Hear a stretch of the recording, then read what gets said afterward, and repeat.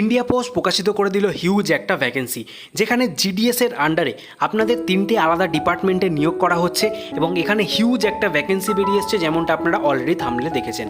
এখানে আপনারা কোন কোন সার্কেল থেকে আবেদন করতে পারছেন, কত টাকা বেতন হবে, কিভাবে আবেদন করতে হবে, এই সমস্ত বিষয়ে অফিসিয়াল নোটিফিকেশনের মাধ্যমে আপনাদের স্টেপ বাই স্টেপ আলোচনা করব আজকের এই ভিডিওতে।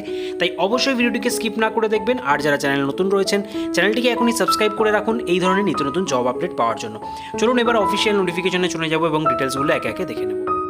জিডিএসের সেই অফিসিয়াল বিজ্ঞপ্তি আপনারা দেখতে পাচ্ছেন এবং এখানে নোটিফিকেশন নম্বরটা উল্লেখ করেছে এবং ডান দিকে রয়েছে ডেট।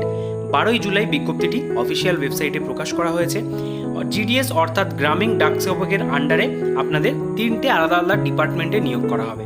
কী কী ডিপার্টমেন্ট রয়েছে দেখে নিন। ব্রাঞ্চ পোস্টমাস্টার অর্থাৎ বিপিএম, অ্যাসিস্ট্যান্ট ব্রাঞ্চ পোস্টমাস্টার অর্থাৎ এবিপিএম এবং ডাক সেবক। এই 3টে ডিপার্টমেন্টের 3 ধরনের জব রোল রয়েছে, যেটা নিচে আলোচনা করেছে। তো ব্রাঞ্চ পোস্টমাস্টারের ক্ষেত্রে যারা যারা আবেদন করছেন তাদেরকে এই কাজ করতে হবে। ডে টু ডে পোস্টাল অপারেশনগুলোর যে রয়েছে, যেই ব্রাঞ্চে আপনাদের পোস্টিং হবে, এবং ইন্ডিয়া পোস্ট পেমেন্ট ব্যাংকের যে সমস্ত কাজগুলো রয়েছে সেগুলো আপনাদের করতে হচ্ছে টাইম টু টাইম। এছাড়া মার্কেটিং, প্রমোশন, এই সমস্ত কাজও আপনাদের থাকছে। এছাড়া আপনারা যারা যারা এবিপিএম অর্থাৎ অ্যাসিস্ট্যান্ট ব্রাঞ্চ পোস্টমাস্টারের জন্য আবেদন করবেন, সেক্ষেত্রে sale of stamp, stationery, convenience and delivery of mail at door step, অর্থাৎ বাড়ি বাড়ি গিয়ে যে ডেলিভারি দেওয়া, ঠিক আছে, সমস্ত চিঠিপত্রের। এছাড়া আপনাদের অ্যাসিস্ট করতে হবে বিপিএম এর পোস্টাল অপারেশনগুলির জন্য, ঠিক আছে, টাইম টু টাইম। এছাড়া মার্কেটিং, প্রমোশন তো করতেই হচ্ছে। এর পরবর্তীতে রয়েছে ডাক সেবক। সেক্ষেত্রে ডাক সেবকদের কাজ হচ্ছে departmental office, line sub post offices, head post office, এছাড়া রেলওয়ে মেল সার্ভিস, এই সমস্ত জায়গায় আপনাদের কিন্তু কাজ থাকছে। তো 3টে ডিপার্টমেন্টের জব রোলগুলো বলে দিলাম। এরপরে আসবো আপনাদের স্যালারি স্ট্রাকচার। তো বিপিএম অর্থাৎ ব্রাঞ্চ পোস্টমাস্টারের জন্য স্যালারি স্কেল রয়েছে 12,000 টাকা থেকে 29,380 টাকার মধ্যে। এবিপিএম এবং ডাক সেবকের যে স্যালারি স্কেল দেখতে পাচ্ছেন 10,000 টাকা থেকে শুরু, অর্থাৎ মিনিমাম আপনাদের 10,000 টাকা এবং ম্যাক্সিমাম হচ্ছে 24,470 টাকার মধ্যে আপনাদের কিন্তু বেতন হয়ে যাচ্ছে। এর পরবর্তীতে আসবো এজ লিমিট। তো এজ লিমিটে এখানে কিন্তু হিউজ একটা এজ লিমিটে ছাড় রয়েছে। তো দেখতে পাচ্ছেন 18 থেকে 40, এটা কিন্তু জেনারেল ক্যাটাগরিদের জন্য রাখা হয়েছে। তো অনেকেই এখানে কিন্তু আবেদন করতে পারছেন। তার পরবর্তীতে রয়েছে রিল্যাক্সেশন। এর পরেও যারা যারা এসটি এসসি প্রার্থী রয়েছেন আরও 5 বছর অর্থাৎ 45, ওবিসি প্রার্থী হলে আপনারা আরও 3 বছর অর্থাৎ 43। এছাড়া আপনাদের যারা যারা পিডাব্লিউডি ক্যান্ডিডেট রয়েছেন তাদের জন্য তো হিউজ গ্যাপ থাকছে, অর্থাৎ 10 বছরের ছাড়। পিডাব্লিউডি প্লাস ওবিসি হলে 13 বছর এবং এসটি এসসি প্লাস পিডাব্লিউডি হলে 15 বছরের বয়সের ছাড় কিন্তু আপনারা এই বয়সের উপরে আপনারা পেয়ে যাচ্ছেন। খুবই ভালো একটা অপরচুনিটি কিন্তু আপনাদের প্রত্যেক ক্যাটাগরির জন্যই থাকছে, ঠিক আছে। এরপরে দেখবো আপনারা এডুকেশন কোয়ালিফিকেশান। তো এডুকেশন কোয়ালিফিকেশান দেখুন, এখানে বলে দিয়েছে education qualification for GDS is secondary school examination pass certificate, অর্থাৎ কেবলমাত্র 10 পাস হলেই আপনারা কিন্তু এখানে এলিজেবল, আর কোনো রকম এখানে অভিজ্ঞতার প্রয়োজন নেই, ঠিক আছে। তো এখানে বলা হচ্ছে 2 নম্বরে applicant should be studied the local language at least up to 10 standard, অর্থাৎ যেই বোর্ডের আন্ডারে আপনারা পড়াশোনা করছেন সেখানে কিন্তু আপনাদের 10 অবধি সেই এরিয়ার যে লোকাল ল্যাঙ্গুয়েজ, অর্থাৎ ওয়েস্ট বেঙ্গলে হয়ে থাকলে আপনাদের বেঙ্গলি রয়েছে, ঠিক আছে।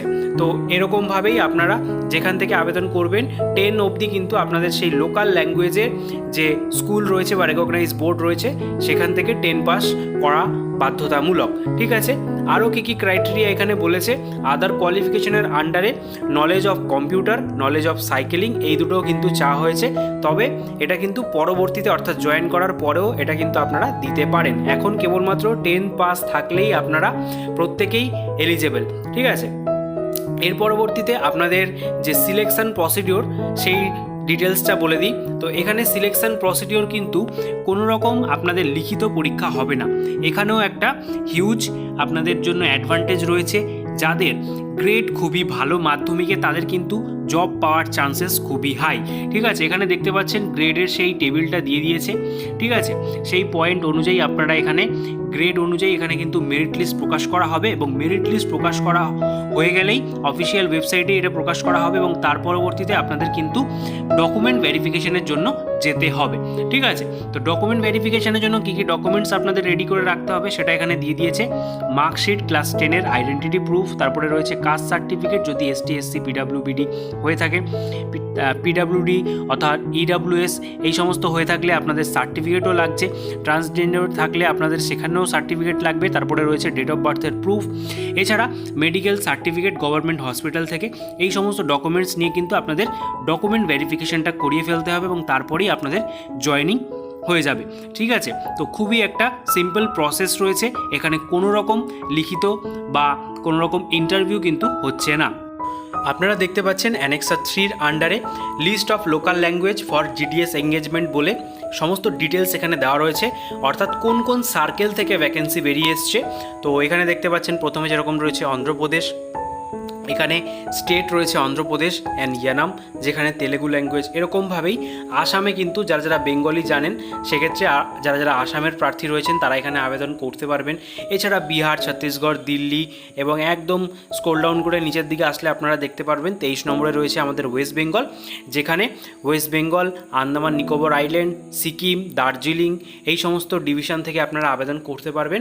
তবে ওয়েস্ট বেঙ্গল থেকে যারা যারা বেঙ্গলি জানেন তারা কিন্তু এখানে আবেদন করতে পারছেন। এছাড়া দার্জিলিং ডিভিশন থেকেও বেঙ্গলি জানা প্রার্থীরা আপনারা কিন্তু এখানে আবেদন করতে পারবেন। এছাড়া নেপালি, ইংলিশ, ভুটিয়া, লেপচা এই সমস্ত ল্যাঙ্গুয়েজের প্রার্থীরাও আপনারা ওয়েস্ট বেঙ্গলের প্রার্থী হয়ে থাকলে আবেদন করতে পারছেন।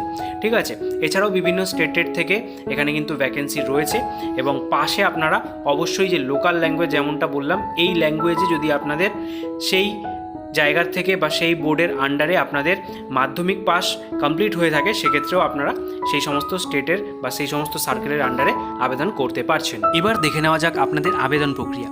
আবেদন প্রক্রিয়া সম্পূর্ণ অনলাইন রয়েছে। অনস্ক্রিন আপনারা অফিসিয়াল ওয়েবসাইটের লিঙ্ক দেখতে পাচ্ছেন https://indiapost.gdsonline.government.in। এই অফিসিয়াল ওয়েবসাইট ভিজিট করে আপনাদের রেজিস্ট্রেশন কমপ্লিট করে নিতে হবে। রেজিস্ট্রেশন কমপ্লিট হয়ে যাওয়ার পর সেখান থেকে আপনারা রেজিস্ট্রেশন নাম্বার পাবেন এবং রেজিস্ট্রেশন নাম্বার দিয়ে আপনাদের কিন্তু লগ ইন করে নিতে হবে এবং লগ ইন করে নেওয়ার পর আপনাদের সেখানে কী কী ডিটেলস চাইবে দেখে নিন। মোবাইল নাম্বার যেটা ভেরিফাই করতে হবে, ইমেল আইডিও ভেরিফাই করতে হবে, আধার নাম্বার যদি থেকে থাকে অবশ্যই দেবেন।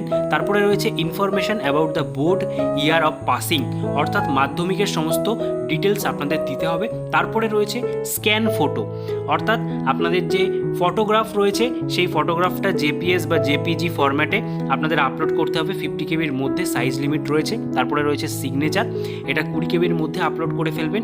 এর পরবর্তীতে রয়েছে যারা জেনারেল ক্যাটাগরি রয়েছেন বা ওবিসি প্রার্থী রয়েছেন তাদের জন্য 100 টাকা ফিস ধার্য করা হয়েছে। এটা অনলাইনেই আপনারা পেমেন্ট করতে পারবেন। যারা যারা ওম্যান, এসটি, এসসি, পিডাব্লিউবিডি ক্যান্ডিডেট রয়েছেন সেক্ষেত্রে আপনাদের কোনো রকম আবেদন মূল্যই লাগবে না। আপনাদের ফর্মটা কিন্তু এক্ষেত্রে ডাইরেক্ট কমপ্লিট হয়ে যাবে, অর্থাৎ ডাইরেক্ট আপনারা সাবমিট করে দিতে পারবেন এবং আপনারা অবশ্যই একটা প্রিন্ট আউট কপি নিজেদের কাছে রেখে দেবেন। রেজিস্ট্রেশন এবং অনলাইন সাবমিশন এটা কিন্তু 15ই জুলাই থেকে স্টার্ট হয়ে গেছে, চলবে 5ই আগস্ট পর্যন্ত। এখানে আরও একটা কথা বলে দিই, আপনাদের যদি আবেদন করতে গিয়ে কোনো রকম ভুল হয়ে যায় সেক্ষেত্রে আপনারা কিন্তু এডিট বা কারেকশন উইন্ডোও পাবেন। সেটা 6 তারিখ থেকে ওপেন হবে, খোলা থাকবে 8 তারিখ পর্যন্ত। এই সময়ের মধ্যে আপনারা যে ভুলভ্রান্তি যদি কিছু করে থাকেন সেক্ষেত্রে সেটা ঠিক করে নেওয়ার সুযোগও কিন্তু পেয়ে যাচ্ছেন। তো আশা করছি আপনারা ভিডিওটা এতক্ষণ অবধি দেখলেন, যদিও একটু হেল্পফুল এবং ইনফরমেটিভ মনে হয়ে থাকে অবশ্যই সকলের মাঝে শেয়ার করে দেবেন এবং একটি লাইক দিয়ে আমাদেরকে মোটিভেট করবেন। আপনাদের প্রত্যেকের সাথে দেখা হবে পরবর্তী নতুন ভিডিওতে। ততক্ষণ পর্যন্ত ভালো থাকবেন, সুস্থ থাকবেন। Thank you for watching.